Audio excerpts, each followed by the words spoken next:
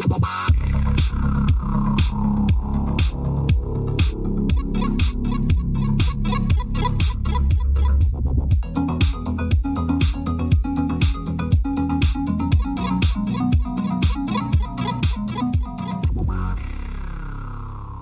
and welcome to the Unlucky Frog Gaming Podcast. You are joined by your two usual hosts here, Tom Mannering. Tom, Hello. how are you doing? I'm good, how are you? Yeah, I'm alright. And so, myself, Josh Hartley, the other Very host. professional.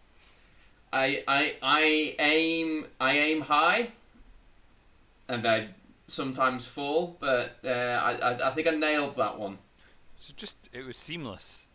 It was like, I bet someone tuning in for the first time was like, man, these guys have been doing this for a long time. We on have, point. to be fair. We have, Like, yeah. it's going to be 4 years. 4 years in September, I think. Yeah. So we're coming up on that. Some experience under your belt. There's like a saying about doing something for a certain period of time makes you an expert. It's like, yeah, I can't remember I can't remember the figure, and I very much doubt that it's actually true. So yeah, I think it's at best an estimate. yes. How has the week been? The week has been very good, thank you. It's been a very busy one for me, work-wise and personal-wise. I don't know, is that the right way to put that? Hobby-wise, I suppose. There we go, yeah. That sounds less weird than personal-wise. Yeah, it sounds like a bit like hitting the getting busy personally. Yeah. Although, actually, it's not board game related, but I do have a funny story regarding dating, which I'll share on the podcast. It's nothing salacious. So I'm not going to advertise this, but Facebook have added a dating app into Facebook. I have seen this, yes. Yeah, if you've seen it, right? And I was curious, like, what are they bringing to the table? You know, Facebook are supposed to be a bit of an innovator. Mm-hmm. You know, they add new things. You know, they invented Facebook, which is in itself been a big thing. I don't know if you're aware of that hot take on Facebook. But so I thought I'd go and have a look at this. So I opened it up, and you have to like make a profile. So I made like a very bare bones profile. And it's wait, hold on. Can I just jump in here? Mm-hmm. You've already got a Facebook profile. Why do you need another profile? I know. I don't understand it. It does import some things, but then it asks you to add things on as well. So I made this very bare bones dating profile out of curiosity, and had a bit of a look. It's just like literally any other dating app. It is the most generic like thing you could possibly imagine. And I was sitting down last night, and I'd just completely forgot about this app. And I got a message saying, you have a like. Hey. So I open it up, and it's some young lady has sent me a like, and I was like, oh, this is interesting. She sent me a message. So I responded, and I said, like, hi, how are you, blah, blah, blah. I'm not going to give away my game tips. You know, I don't want to give away the Colonel's secret recipe. That's a critical insight our listeners want, Tom. And her response, her initial sort of introduction was very curt, very short, and then so I sent this response, and she just completely ignored like anything I had sent to her, and she said something about like where do you live, and what's your marital status, and I was like, that's a weird way to ask a question, you know, like a normal person question. So I sort of responded, and I was like saying pretty much that. I was like, that's a strange question. And then she just responded saying, I don't like talking on this. Do you want to give me your phone number? And I was like, no, scammer bot thing.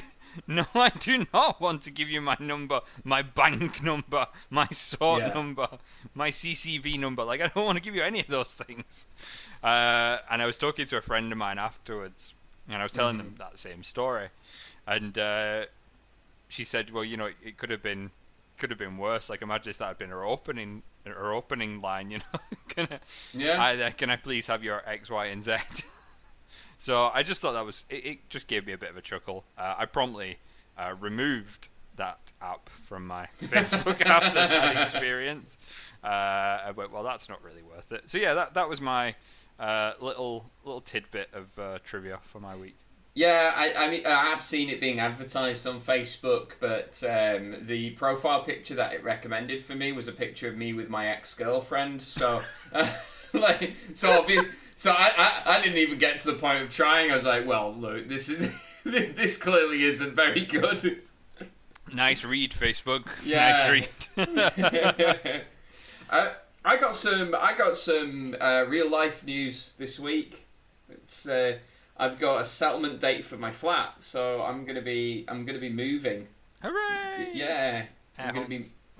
Sorry. Air horns. Yeah. I know you like to put those in. Thank you. Now that we're not plugging Ashenhold Art as much, I need more opportunities for. Although there's a plug for Ashenhold Art, air horns. Yes, air horns. Yeah, there we go. Check out Ashenhold Art. Great work. Anyway, yeah. So I'm going to be moving at the end of this month. So it's all go now. I've got my had a removal company come out yesterday just to book me in and give me a quote. So going ahead with them. It's the one that Dave used actually when he moved. Is it the one he recommended to me? Because I am also moving. Oh yes, which we've discussed this week. I'm less positive about it than you are, because I Yeah. don't want to move. But I have 6 months, so I'm going to really stretch that out. milk it. Yeah, exactly.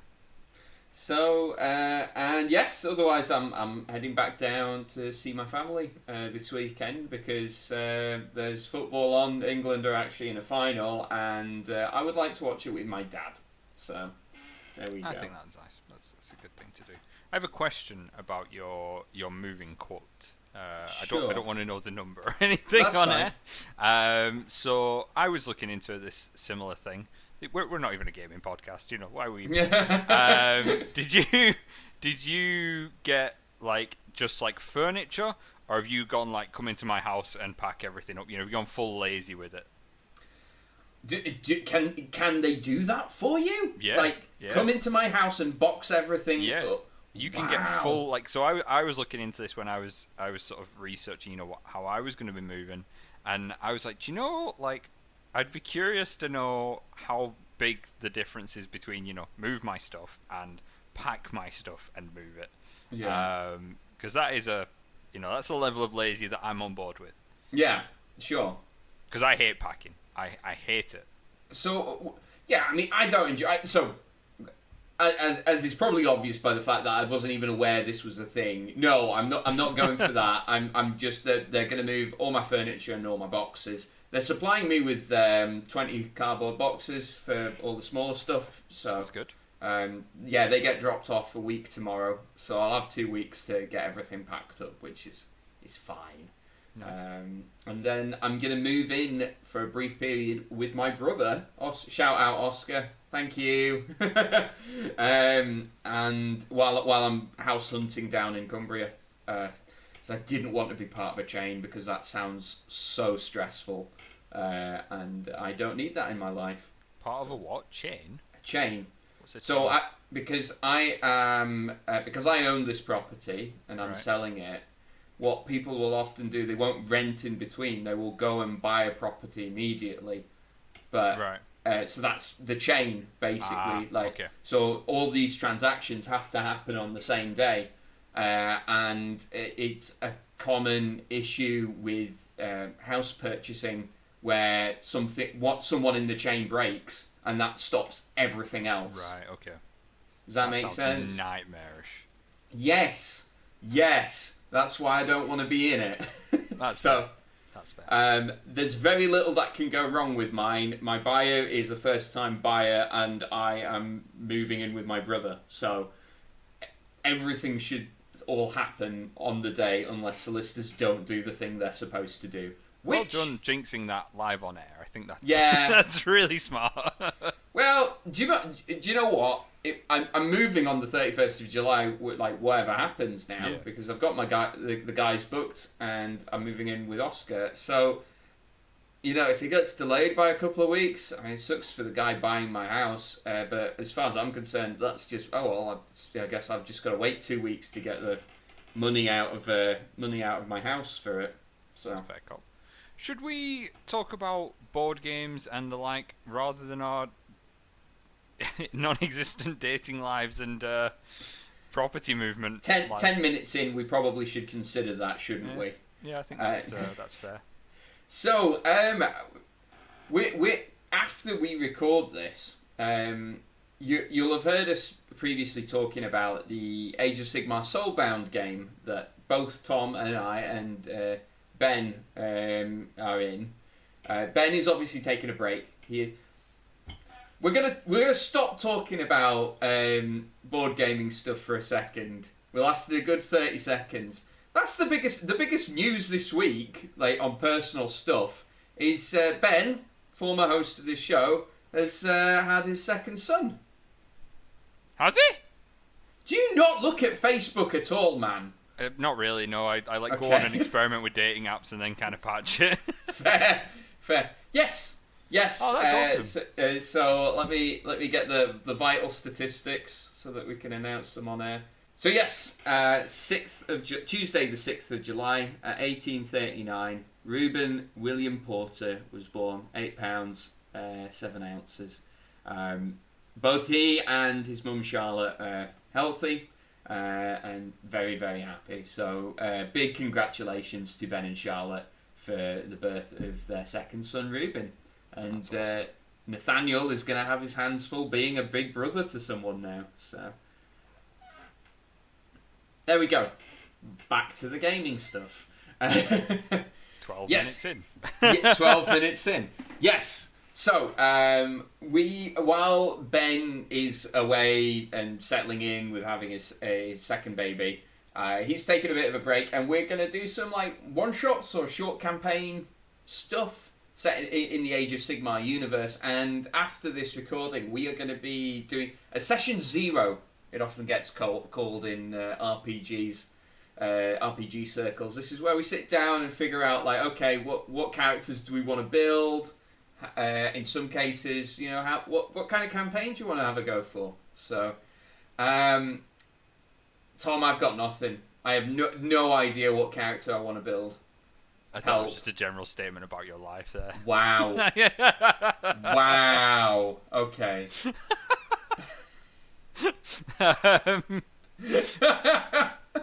I also couldn't help chuckling when you were like, Session 0, as some people call it, because that's what it's called. Well, that is what it's called. Like, not everyone who listens to the podcast will partake in RPGs. I mean... I know. I appreciate your I'm trying to be a good host. You're a fantastic host, mate. Don't let anyone, especially me, tell you otherwise. Right. Yeah, so we've got a new player joining us for this to obviously fill the void that Ben will leave in his temporary absence. So our friend, my friend Will, that you know as well, because you lived in Carlisle, and I think Scott knows him sort of in passing as well. I would call Will a friend, but like it's not like he's someone that I spend a lot of time with and I catch up with. Like, just in case anyone is listening out there to the way that Tom described that, thinking, oh wow, do Josh and Will not get on? Like, that'd be a really weird group setup. Like, I think we should make this group and have like people that exclusively hate each other, as the party. I mean, I bet it happens. I mean, I've experienced it. I've been in groups with people I don't like. I still am to this day, Josh. No. So we've got Will joining us, so we're going to do some character gen, and we've kind of been discussing it in our little chat that we have about the game, just sort of what ideas we're floating around. The character Will plays is potentially going to be the character he carries into the main campaign if he transitions into that with us. Sure. So he's looking at a Kurnoth Hunter, which is the tree men Yes. But it's like a fighty one, I think. I'm showing my deep knowledge of Age of Sigmar lore. And I imagine if it's called a hunter, I mean, hunting's like fighting. You're fighting nature, I guess. I mean, yeah. It's man against nature in this case. Nature against nature. I suppose because he's a tree man. So yeah, we're gonna have Will join us, and I think he's looking at Kurnoth Hunter at the moment. I'm looking at some sort of caster. Okay. So I'm sort of mainly I'm drawn towards some sort of wizard. Sure. Probably human, maybe something else. I did flirt with the idea because it was very recently released of playing a skink caster. I think you should totally do that, man. But I don't, as I've mentioned previously on episodes, I'm not a big fan of lizardmen. So as much fun as that would be, it's probably not going to be something I'll enjoy that much. So Okay. I'm probably going to give that a miss. As entertaining as it would be to play a skink, I'd probably give that one a wee swerve. So yeah, I'm going to make a caster of some sort, I think. And then we come to Josh, whose contribution has been nothing. Because he doesn't know. Cricket sound effects. So what? Yeah. I mean, what? Let's do it live on air. Okay. What kind of character do you enjoy playing?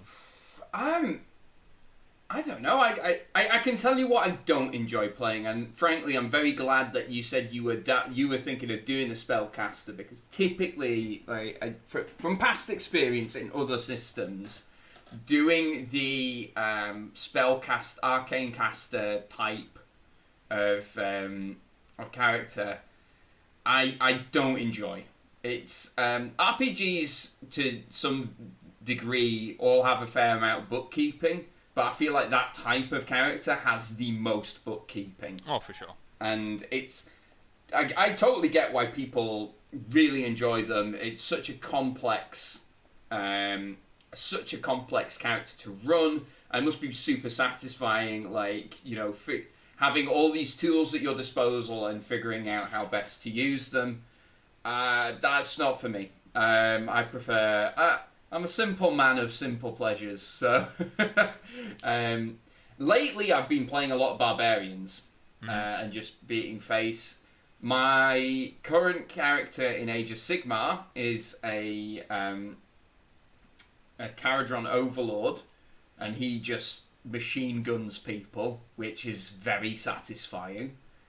I don't know, I might mix things up, though. I could be like the skill monkey character, because it sounds like we've got a good heavy hitter and we've got like an arcane caster. So maybe if I try and build like a skill monkey type character, and then the other angle that I could go at this with, I'm doing hand gestures. I was just thinking audio only podcast. Really communicating to our listeners. Yes. With a hand gesture.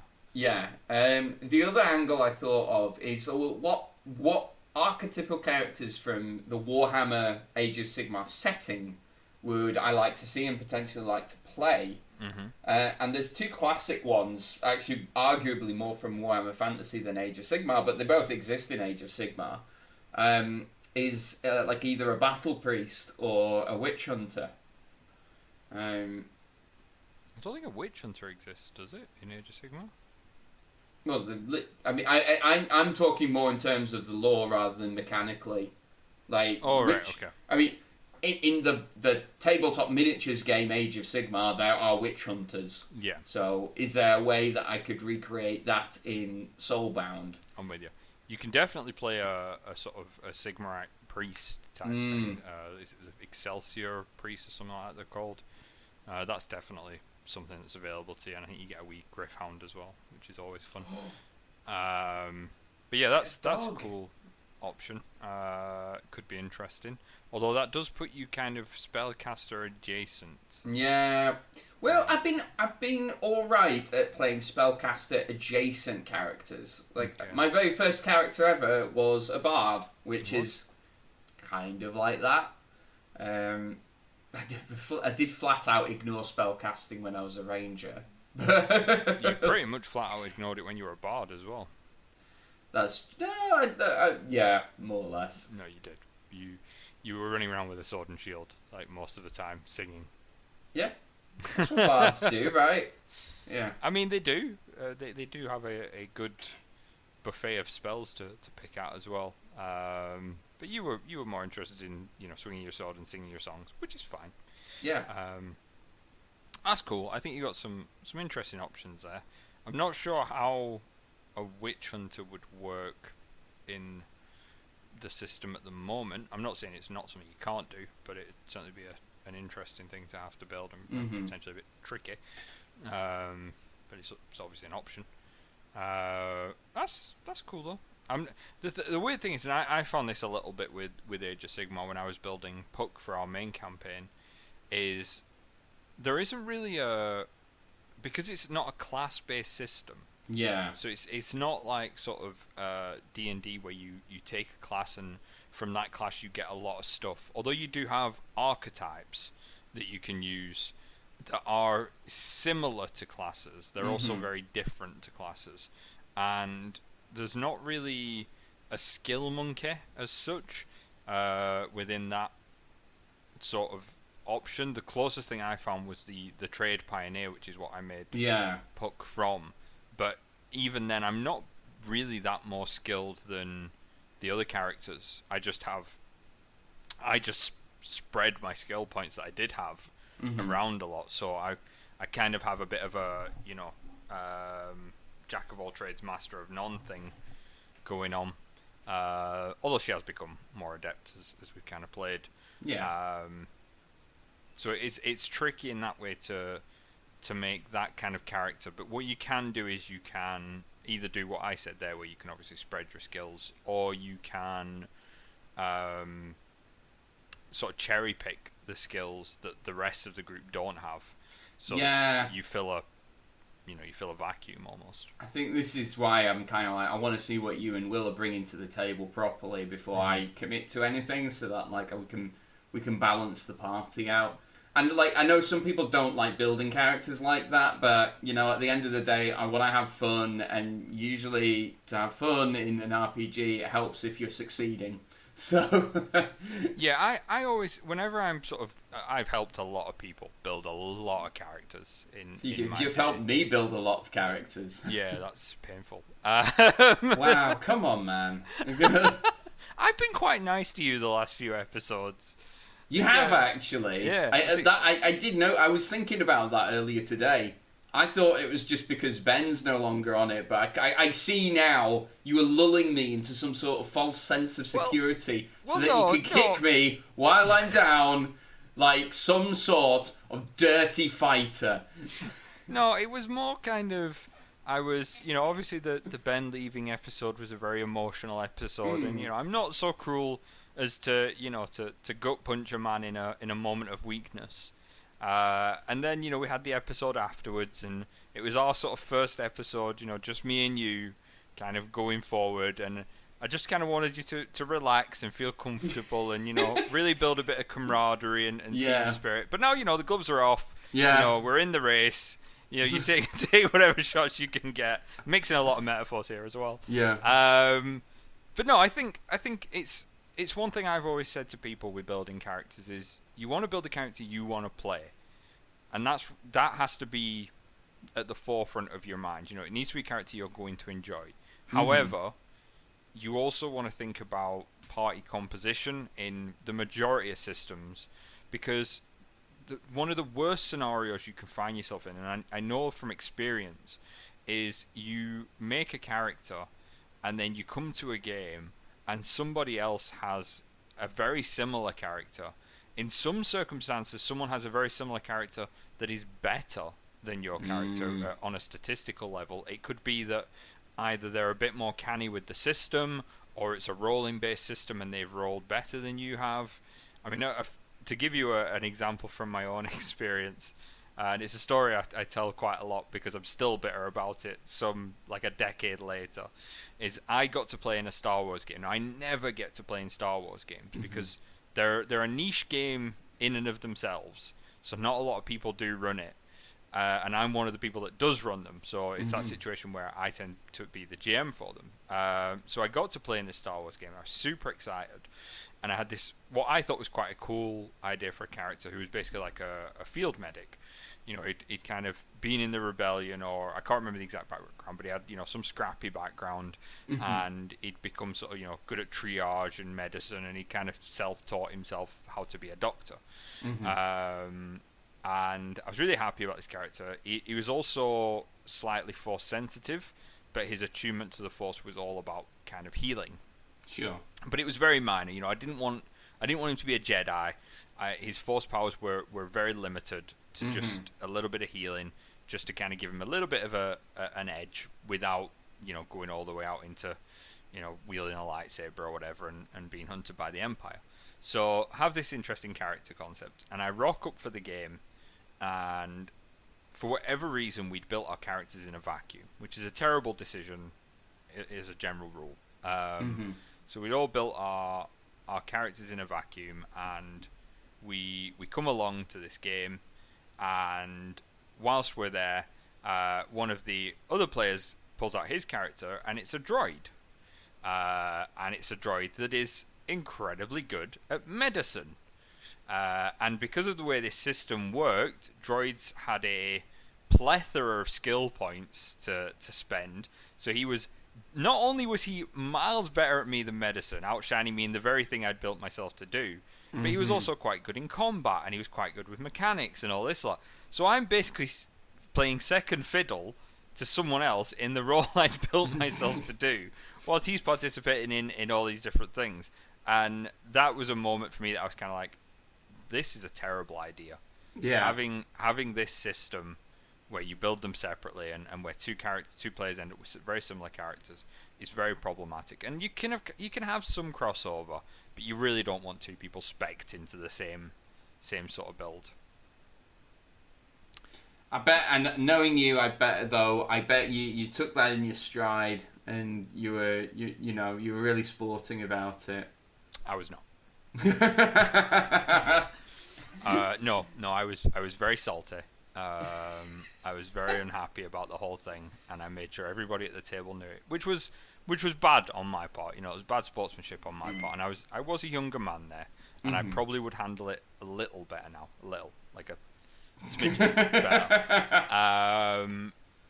Yeah, you know, that was on me. But fortunately for me, the GM who ran that game didn't particularly like the party composition as it had ended up, and I think we only played like 1 or 2 sessions anyway, right. So it's fine. Okay, no worries then, no worries. Right, well, speaking of RPGs, we have been doing other gaming this week. In fact, we returned to our high-level Pathfinder campaign back on Tuesday. Have we updated people on where we are with this previously? I'm trying to remember now.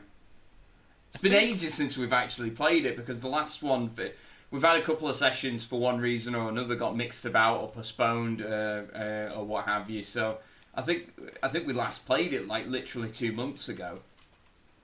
Yeah, we'd had sort of, so we had a sizable hiatus between kind of the end of the campaign as it was at that point in time, and then kind of a reboot that we did, and then we kind of had because of scheduling, and we only run this once a month and a few other things, you know, we just kind of hadn't quite managed to get as many games in as we'd like to. So I think we got a game in, I want to say 2 months ago was probably the last one. Yeah, I think it was 2 months ago. And then we missed a session because of real life stuff getting in the way. So then we came back, and thankfully, you know, everyone seemed to remember where we were. Yeah, we're in some sort of frozen tundra in the north, and we got ambushed by like 4 giant ice worms that bloody exploded when you killed them. So that was fun. That was that was rough. man. Yeah, that was on me. So there were two sort of thought processes that gone into that encounter design. So, firstly, we're playing a mythic tier game, so you're very high level. You've got a lot of power behind you. You're on the cusp of being demigods, really. And I didn't go pretty easy on you in the last game. You just kind of steamrolled everything that I put in front of you, and I thought, right, okay, I need to kind of up the ante a little bit here. This is a very powerful region. It's a lot of old creatures that have gained a lot of power, and it's a serious threat. So that needs to kind of be represented in the gameplay. So I have a list that I'd composed prior to this of encounters and things that you potentially meet at some point. And I think when I first built that encounter, there were only 2 of them. There were 2 of these worms, and I was like, do you know, after that steamroller last game, I think I need to add a bit more. Now, a rational individual might have just added 1, but I was like, I think I'll double it. There'll be 4 of them, and I hadn't, maybe when I made that thought, I hadn't quite thought these all explode when they die as well, and have a lot of area effect, fairly chunky damage. So that was a bit of an oversight on my part. The other thing is, as well, I think because you hadn't played for a while, both in the long term, you're fairly recent back to these characters, and also we'd had that kind of 2-month gap, you didn't necessarily play your best optimally. Yeah. And that's not to say you didn't play well, because you did, but you definitely, you could have. I had to kind of remind you of a few things. Yes. So you've got these abilities, make sure you use them. And you did win, right? Like, cannot argue with that. You won. One character did die. Yeah, but I mean, things happen. But we're high enough level though, like where the cleric can just bring him back. But we need to go hunting for diamonds. So I really hope that there's going to be some diamonds in this like keep of frost giants that we're heading towards now. So, it's interesting to see, you take characters that are high level out of their comfort zone. So you for the majority of our campaign, you have played in or around your town, your base of operations.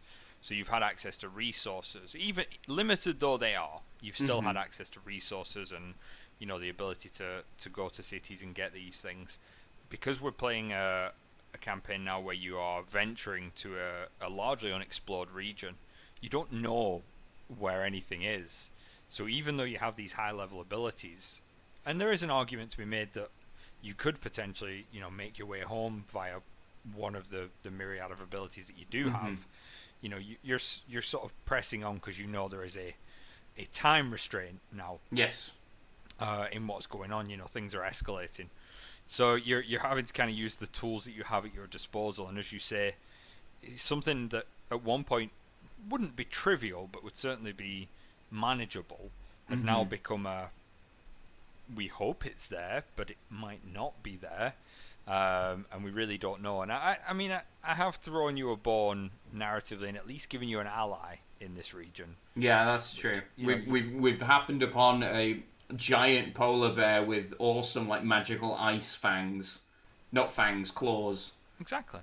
So you've met a sort of guardian of the realm, a primordial bear, if you will, and he's kind of giving you a few hints and tips. He's like a large furry tour guide, and sort of pointed you in the right direction. He spoke of a previous band of adventurers that he happened upon that were unsuccessful in their quest, and he didn't particularly like them because they mocked him all the time. What was that? What was that all about, Tom? You know what that's about, Josh, but thank you know.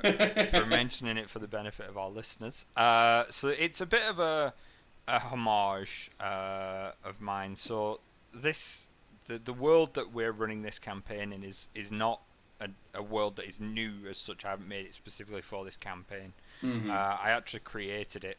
Actually, it's a lie. I actually stole a chunk of it and then sort of shifted it to my own purposes. Sure. Years and years and years ago, for another campaign. A couple of other campaigns actually that I set in this world, and I sort of started kind of building up my own history and my own narrative to it. So I've had other groups run through it. I mean, you're not the only group currently running through it, as you know. You know, there's the parallel high-tech campaign that you've had crossovers with. But you know, there's been a couple of other groups that have adventured through here, and the storyline that you guys are actually now participating in first started in a previous campaign, when they found out about this particular issue in the frozen north and travelled there to combat it, and did so a little recklessly. And when they were presented with a similar situation, this bear ally, they chose a different route, which was a route of making bear puns at the creature's expense. I don't mind a pun now and then, but I have a threshold. You know, there's sort of, if you imagine kind of a rage meter next to my head that, you know, slowly rises. Funnily enough, I can imagine that easily. With each bear pun, you know, they kind of escalated and it rises quicker and quicker. And this particular group just spent a good period of time.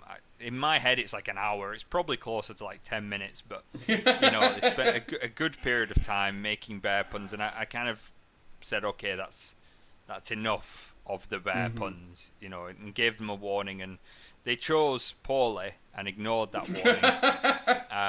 And I had the bear pretty much throw them out on their asses to go and, you know, brave the frozen wilds on their own, which went about as well as you can imagine an unprepared band of explorers dealing in the Arctic environments. Yeah. They died, and that was the end of the campaign. And that was that. So what I did, which I thought was quite clever, if I do say so myself, was I had that reference when you met the bear. You know, he was very suspicious of you. You know, he didn't really trust you. He mentioned, you know, how he'd met humanoids before and had these kind of bad experiences. And he is a very powerful creature. You know, he dates back to kind of not the beginning of time, but certainly the primordial period. Was the first of the polar bears fundamentally in this world, and because of that, he expects a degree of respect. You know, he's intelligent as well. He has a wealth of his own abilities, which you did afford him as a party, and that proved beneficial. There was some very fortunate rolls as well for some of your diplomacy checks and things like that to kind of win him over. And he's helped you. And then when you were staying in his cave, you also got a little glimpse of the remains of the former party that he had retrieved from the Arctic tundra, and took the decency to at least sort of inter them in the ice walls. Yep, delightful. A nice reminder for us what could potentially happen to our characters if we were to go down the same route. Well, you know, there's nothing sends a message like a head no stick. Not that I promote that as a way of message sending, just to clarify. Yes, don't do that, guys. Don't do that. Rightio. Well, I think on that note, the note of heads on sticks to intimidate your enemies, I think that's all we've got time for. I think that seems like a good ending point, if ever there was one. Guys, as always, thank you very much for listening. And until next time, take care. Bye. Bye.